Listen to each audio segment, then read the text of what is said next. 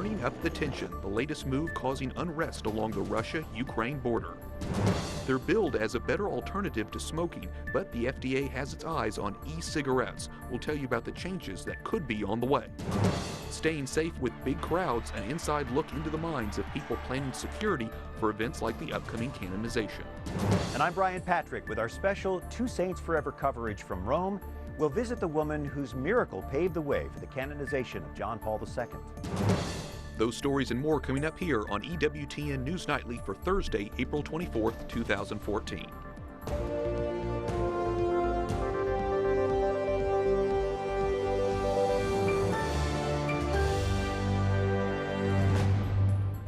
Good evening. Welcome to EWTN News Nightly for this Thursday of Easter week. In Rome this week with Alan Holdren, I'm Brian Patrick, and it's a beautiful day here, Alan. It is. It's a wonderful day to be in Rome, and it's a wonderful day to be here with you. And it's good to have you with us. We're talking about this tie between miracles and sainthood, which we're celebrating here in Rome. Tell us the story of a woman whose miracle actually paved the way for the canonization of John Paul II. That's right. Her name is Floribeth Mora, and she's from Costa Rica. And during John Paul II's beatification, she was actually bedridden. She had an aneurysm. She prayed that very day for a miracle, and she got it. It was a moment full of peace, which I hadn't had since I became ill. So I stood up from my bed, and from that day until now, I am on my feet for the honor and glory of God. For me, it was all very important, but that day was a very special one for me, because that was the day I was reborn, May 1st, 2011.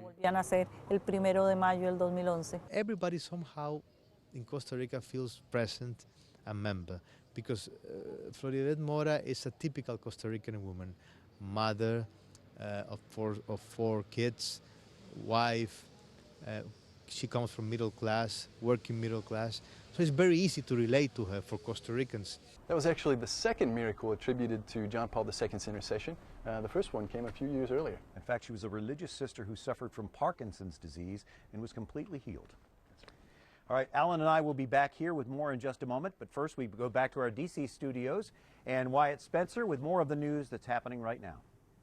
Thanks, Brian. We do have a lot of news to get to today, including a deadly attack on Americans in Afghanistan. Police tell us a security guard working for the Afghan government opened fire at an American-owned hospital in Kabul, killing 3 doctors and injuring a nurse. We know the name of one of the doctors. His name is Jerry Umanos, and he's from Chicago. An executive for the hospital spoke about the shooting a short time ago. Care International remains committed to serve the people of Afghanistan. Please join us in praying for the families of the victims and those affected by the shooting, as well as the peace in Afghanistan. After the shooting, the attacker turned the gun on himself. He survived and is now in police custody. Now to the conflict along the Ukraine-Russia border. Russia is planning new military exercises in the southern and western parts of their country. In addition to boots on the ground, the Russian Air Force will patrol the border. The Russian defense minister says the move is because of NATO exercises in Poland and tensions in Ukraine. Meanwhile, Ukrainian forces are working to drive pro-Russian insurgents out of the government buildings they've overtaken. Now to some of our other stories our EWTN News Nightly team has been covering in today's world. We are just one day away from a potential vote that could mean major changes for college football. The Chicago Tribune reports players from Northwestern University will vote on whether to unionize. This comes after a ruling from the National Labor Relations Board, which says players on athletic scholarship are considered employees. The ruling said they can unionize because that scholarship does mean they're employees of the university. And changes could be on the way for e-cigarettes as well. The FDA is considering new rules for the product, and the proposed changes came today. Among the changes, they're considering imposing a minimum age to buy the drugs. The FDA also wants to get tougher on claims about how safe the e-cigs are, and they want to limit vending machine sales of the product. The FDA will take comments for up to 75 days before deciding if they need to make any adjustments to the proposed rules. A new law has pro-choicers up in arms. The government of Mississippi has just signed a law making abortions after 20 weeks illegal. The new law says Mississippi has a compelling state interest in protecting the unborn, at least from the point where they can feel pain. Doctors who don't follow the law can have their medical license revoked.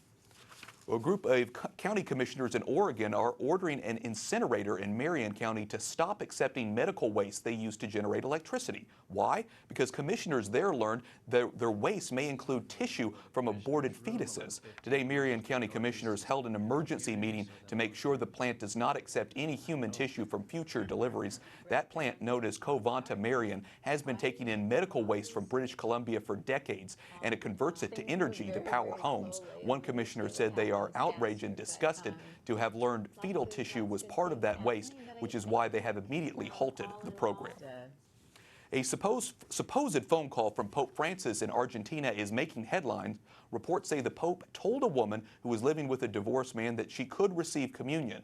But is there more to it than meets the eye? Our Jason Calvi joins us now with more on that story. Jason? Well, Wyatt, we may never know what was actually said. Vatican spokesman today said that the reports can't be confirmed as reliable. Jacquelina Lispona told Argentinian radio station La Red that Pope Francis called. She said he told her she should go to confession and start receiving Holy Communion. The story began with her spouse's Facebook post earlier this week. Julio Sabetta claims the Pope called his home on Monday. His Facebook post says, "We cannot figure it out yet. This call was originated by my wife, who sent him a letter, and he took his time to call her and talk to her. And I can assure you that when he talks, he gives you total peace."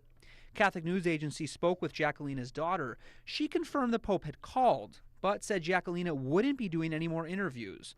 The Vatican spokesman wouldn't confirm or deny the call. He said several telephone calls have taken place in the context of Pope Francis's personal pastoral relationships. Since they do not in any way form part of the Pope's public activities, no information is to be expected from the Holy See press office. Father Mitch Pacwa isn't surprised the Vatican isn't talking. What is said inside that private meeting between a psychologist and a lawyer or a doctor and their client is very sacred. Well, we priests take that even more as a sacred trust, not to reveal what was said to us. And so, of course, the Pope is not free to say what he said. The Vatican spokesman added today, the media amplification cannot be confirmed as reliable and is a source of misunderstanding and confusion. Therefore, consequences relating to the teachings of the Church are not to be inferred from these occurrences. Father Pacwa explains why church law prohibits divorced and remarried Catholics from receiving communion. In the Gospel of Mark, for instance, in chapter 10, verses 11 and 12, it says that anyone who divorces his wife and marries another commits adultery against her. The priest of the local parish tells La Ocha radio station that the alleged permission to receive Holy Communion is absurd, and Wyatt, again, the Vatican spokesman, calling these media reports a source of misunderstanding and confusion. There is a lot of misinformation out there, Jason. We've seen a lot of conflicting reports, even online, so we appreciate that report and setting the record straight. And speaking of Pope Francis, Time magazine is once again recognizing his influence throughout the world. Time magazine named him one of the 100 most influential people in the world. President Obama complimented the Holy Father in a brief article for Time. This isn't the first time the magazine has honored the Holy Father, nor the only magazine. He has also graced the cover of the Rolling Stone, among others.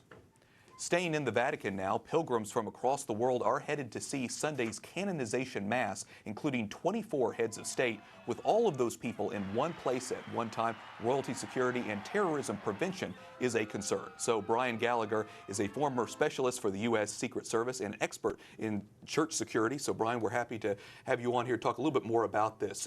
Tell us, I know that you yourself have not been a Swiss Guard before, but you know enough about the security personnel there. Tell me, what do you think is going on through their minds right now, the days leading up to a big event like this? Absolutely. So there's a lot of prep and a lot of planning that's occurred for any event, whether it's a large event or a small event, but particularly an event like this, there's going to be a lot of different heads of states that are showing up, not just that of which the Pope is doing. So I believe my understanding is there's about 20 additional head of states from other countries. So one of the main concerns that they have is the coordination between everybody else. There's a lot of other security teams, so the Swiss Guard has their own concerns, but how's that going to interact with threats threats and other concerns. That would probably be the primary thing running through their head. However, there's threat analysis and different things that have been leading up to this event. They didn't just start planning this event yesterday. They were looking at this for some time now. So considering all those different elements that play into this fact. Absolutely. And you know, it's interesting, at the beginning of his papacy, Pope Francis became known for being the Pope that wants to get out there and interact among people. But obviously that comes for security with some challenges. What kind of challenges does that pose? Well, one of the biggest things that we've heard is he doesn't like to ride in his Pope-mobile, as it's called, and that's designed specifically to protect him for different scenarios. So there's some challenges. Security details like predictability, and this Pope is very unpredictable. So understanding that that's the case, you tend to plan for that to happen. So where with other popes, you wouldn't have to worry about them deviating for the plan. You try to have a plan in place in case he goes ahead and does that.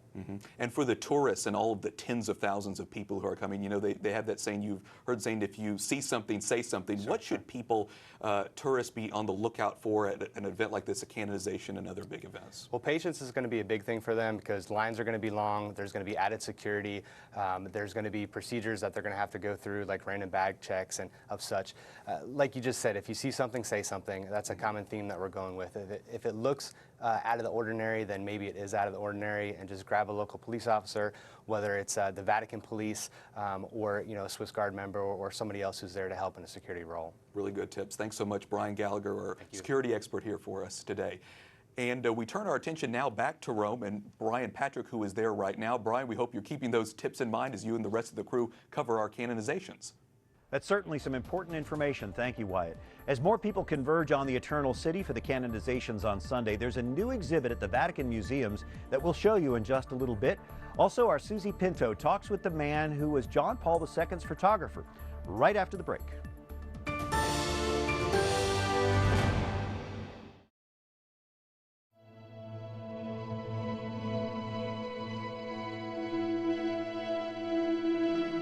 Welcome back to EWTN News Nightly in Rome this week. I'm Brian Patrick along with Alan Holdren, and the Vatican Museums opened its doors today to a new exhibit just ahead of Sunday's canonizations. The title is The Humility and Courage That Changed History. More than 120 photographs are on display. You can see different images that illustrate the characteristics of both Blesseds John the 23rd and John Paul II. See the man known as the Good Pope with his jovial smile, and many pictures captured the more serene and tender moments from Blessed John Paul II's papacy. The exhibit gives pilgrims an opportunity to get another glimpse at these soon-to-be saints, and those are certainly some captivating images, Alan. You're right. We get a better look at these great men and their humanity as they're out among the people. You know, as the canonization date approaches, we've only got 3 days to go, a lot of people are talking about the similarities between these two. We caught up with a Vatican official, an American, who told us about what unites them. John the 23rd, and the most vigorous, thorough, detailed magisterium about the council was John Paul II, and in a way, you can include Francis, Pope Benedict, who worked almost all of those 26 years at the side of John Paul II. So these two popes were united by the Second Vatican Council, and really, if you think about it, Pope Francis continues that legacy. Completes that circle. Thank you, Alan.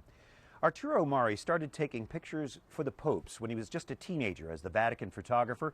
He worked for the entire papacy of John Paul II. Our Susie Pinto asked him what this new saint was like.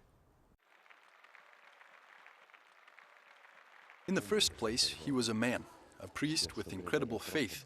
And then in the second place, he was a great pope, a pope who always fought to defend the dignity of the human person. Difesa della vita di altrui.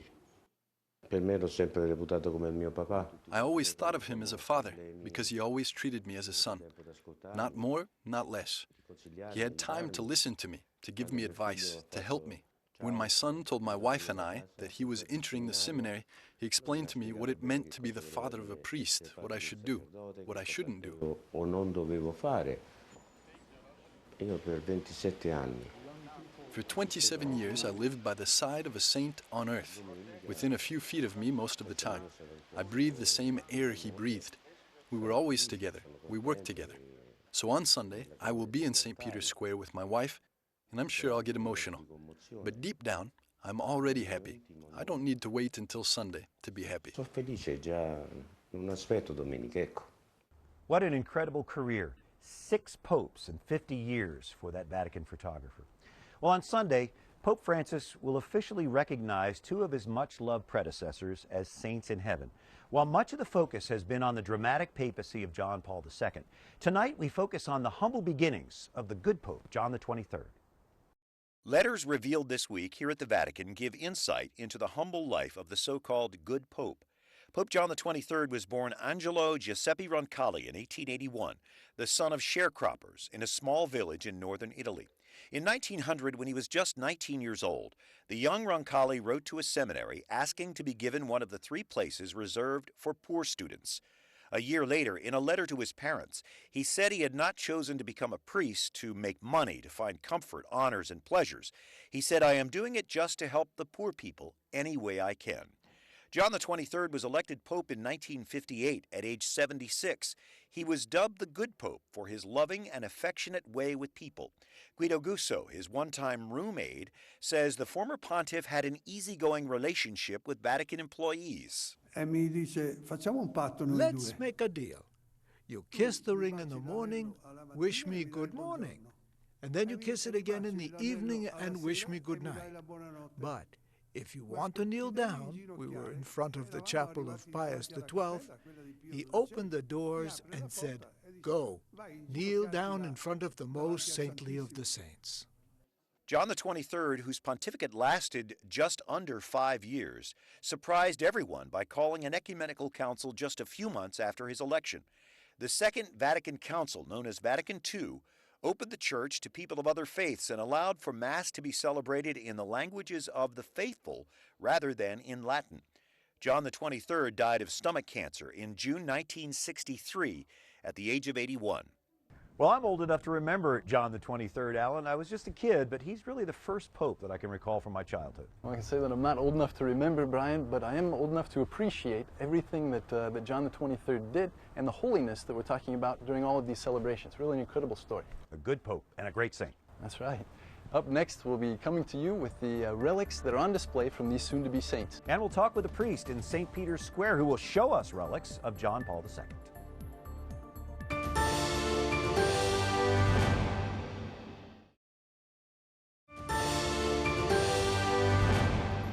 Welcome back to EWTN News Nightly. President Obama tonight is continuing his tour of 4 nations in Asia. The president just wrapped up the first stop with a visit to Japan. Today, he rest assured Japanese leaders of U.S. backing should China try to seize disputed islands in the East China Sea. Those disputes are even more worrying to many in the region after Russia's conflict with Ukraine. The president will also visit South Korea, Malaysia, and the Philippines, stops that serve as a do-over after he canceled a visit to Asia last fall because of the U.S. government shutdown.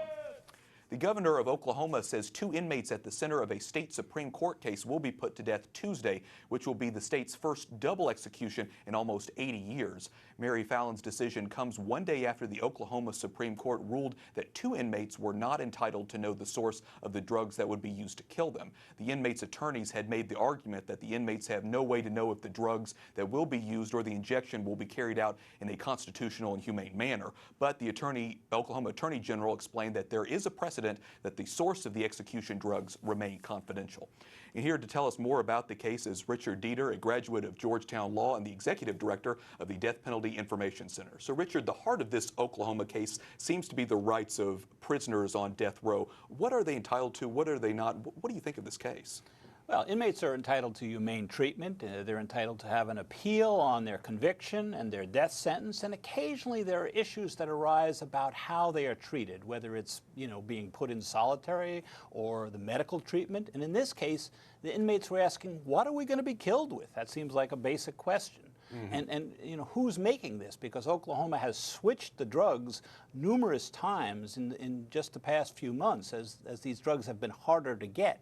And so they want to know, how is my body going to be inflicted with these drugs, and who's making them? Do they have any, credentials for doing so? That's the heart of this case. So boil it down for me, just both sides legally. What are the arguments on each side that they present? Well, from the inmates, this is due process. This is the kind of thing that if you go into a court, you need to be represented by an attorney, you need to know the charges against you, and in this case, you need, if you're going to challenge the drugs, you need to know where they came from. On the other side is this case is already 15 to 20 years old, and there's little question of guilt. There's little question of the death sentence. Why are we taking so long with what seems like frivolous issues? Why can't we just have the execution on the date scheduled? It was delayed twice now. Right. So obviously this is a specific case in Oklahoma, but in general, tell me about the landscape here when it comes to this particular issue and around the U.S. in cases like this. Well, it started with drug companies in Europe refusing to export the drugs for our lethal injections. And it turns out a lot of our drugs that we use in the U.S., not just for executions, but they're made outside. And so there's been this crisis. And states have been using things like compounding pharmacies or getting the drugs from sort of secret places. And the inmates' lawyers are saying, look, we want to know what's behind all of this. We don't want an unnecessarily painful execution.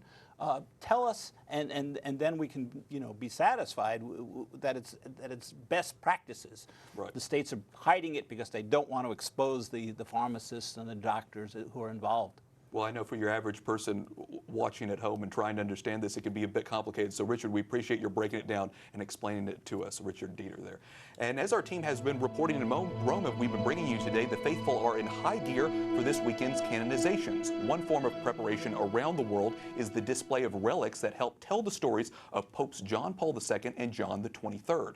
The Totus Tuus tour has brought Blessed John Paul II's rosary and strands of his hair to the Philippines. And this towel belonged to Pope John the 23rd, can be viewed in Rome. But one of the most remarkable relics the church has come across from 1981 would be a would-be assassin shot Pope John Paul II in the abdomen. The Pope was rushed to the hospital in Rome where surgeons tore open his shirt, and now it's a memorial of his suffering and recovery for the world. And we still have it thanks to a woman who was the head nurse in the hospital's operating room. Cleaning things up, she saw this shirt on the floor and decided not to throw it away. John Paul II had only been Pope for a year, yet she understood this shirt could be something important. So she took it, wrapped it in gauze, and then in one of her towels, and kept it. And in that same square where a gunman shot JPII and unwittingly left us his relic, the ceremony to declare him a saint will take place this Sunday. With more on the upcoming canonization, we'll toss things back to Brian Patrick and our News Nightly team in Rome. Yes, Wyatt, I'm here in St. Peter's Square where the crowds continue to grow in anticipation of Sunday's canonizations.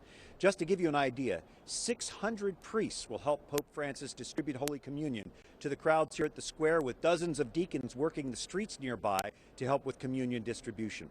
We're joined this evening by Monsignor Anthony Figueiredo from the Pontifical North American College. Monsignor Figueiredo, it's great to have you with us. There's so much excitement in Rome. I wish everyone could be here. Well, we're grateful to be here, and I know that you have some relics and keepsakes of John Paul II that you'd like to show us. Very special relics. I really believe in the power of relics. This is actually a relic of the cassock of John Paul II when he was shot in this very square on the 13th of May.